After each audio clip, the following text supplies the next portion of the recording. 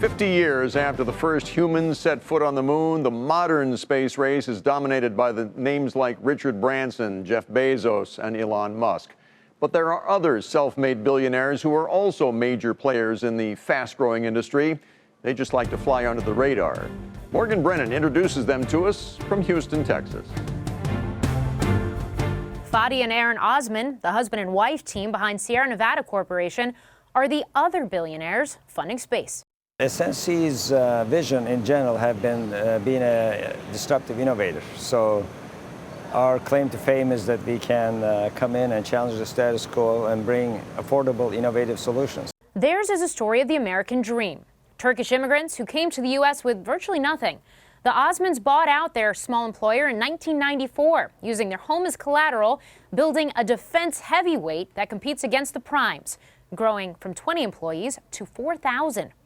SNC expects to generate more than $2 billion in revenue this year. But for the past decade, the Osmonds have been investing in another big bet, commercial space. We saw the future in space, so that was our first acquisition company called Microsat, building small satellites. So when I was talking to people about small satellites, their eyes were rolling, saying, well, we're not ready for this, it may never work.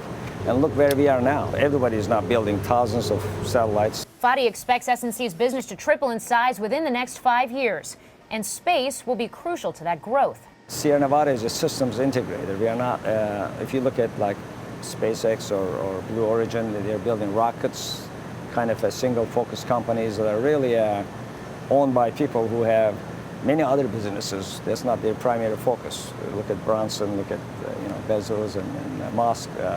But this has been our sole focus. SNC's reusable space plane Dream Chaser is scheduled to begin cargo missions to the International Space Station in 2021. And the company's Habitat prototype is undergoing testing at Johnson Space Center as it competes to become NASA's Lunar Orbiting Gateway Station, which is part of the U.S. plan to bring people back to the moon. Do you think the U.S. gets back to the moon, boots back on the moon in the next 5 years? Yes, provided that. There's a caveat there. We really cannot do it in a conventional way that we did before. We had to think differently.